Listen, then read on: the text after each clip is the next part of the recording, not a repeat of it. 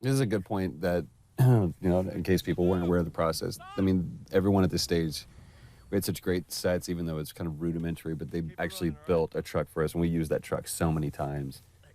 But I think this was the last scene that we shot with Earl.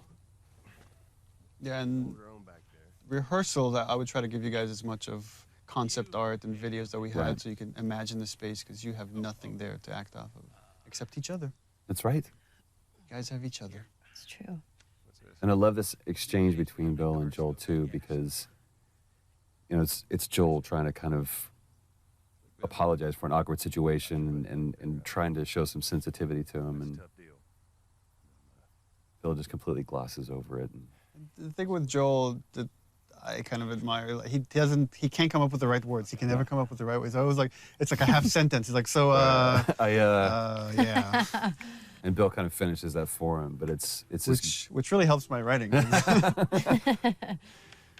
This theme comes in here because to show Joel's now alone with Ellie, but the relationship has changed. This is starting to become that theme we heard in the beginning with Sarah.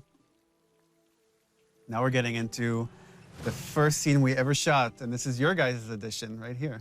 Yeah. Yeah, this was the first audition scene when I came in, when I read for you guys, along with another scene that I don't know if it's in the game or it probably changed a little bit. It's like the scene with the Walkman. Yeah, the scene with the Walkman. There's a scene, there was the scene kind of like it, but it's pretty different. Back at Bill's. I mean, all this stuff was just lying there. What else did you get?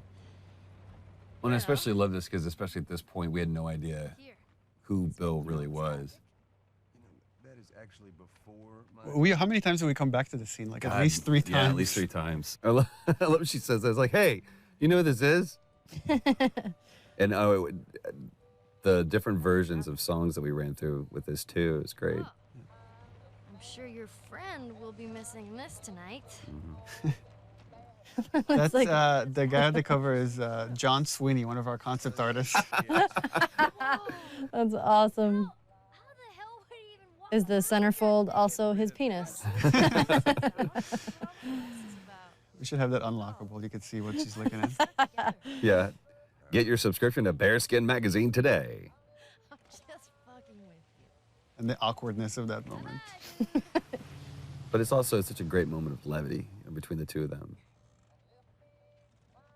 I don't know, that's kind of a way of her complimenting him or trying to bond with him. Yeah.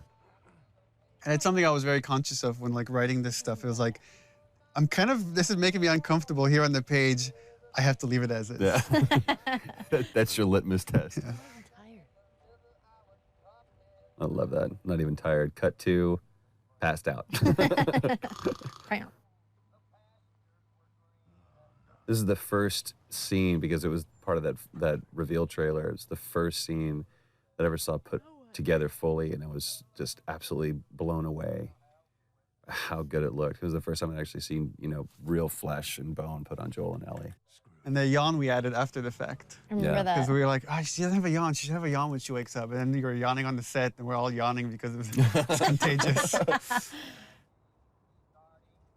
I know, just watching that, I just yawned. I tried to be quiet about it. I love that this moment of silence and kind of peacefulness is broken up by this. So Joel knows this trick. He knows it because he's done this before. Right. Poor John Bentley. And I love, again, how that music is playing not as a score, but coming from the car. It's just great. I believe that was Ruben that we hit and yeah, had that him was fly, Ruben. fly off the truck like that.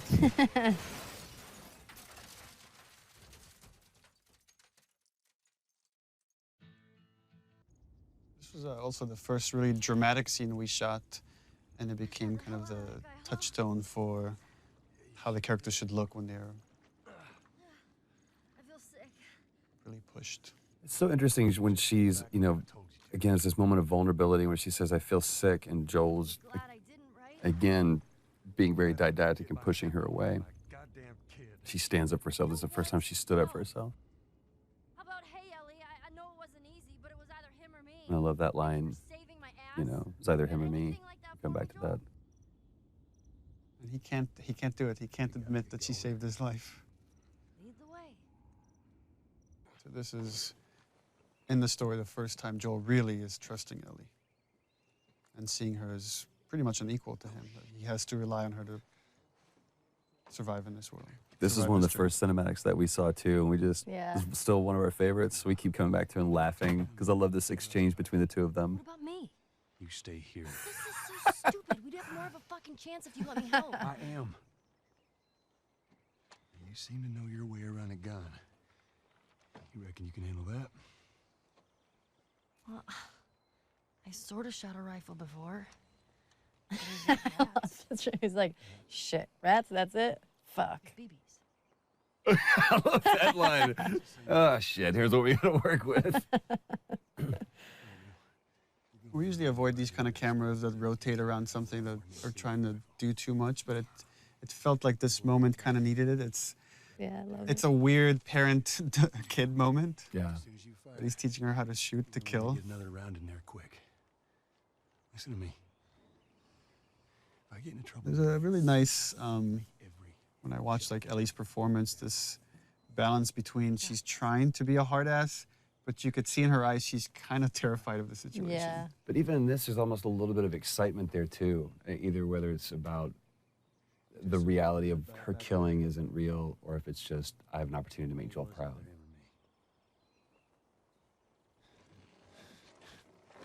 Opening up, opening up. You're welcome.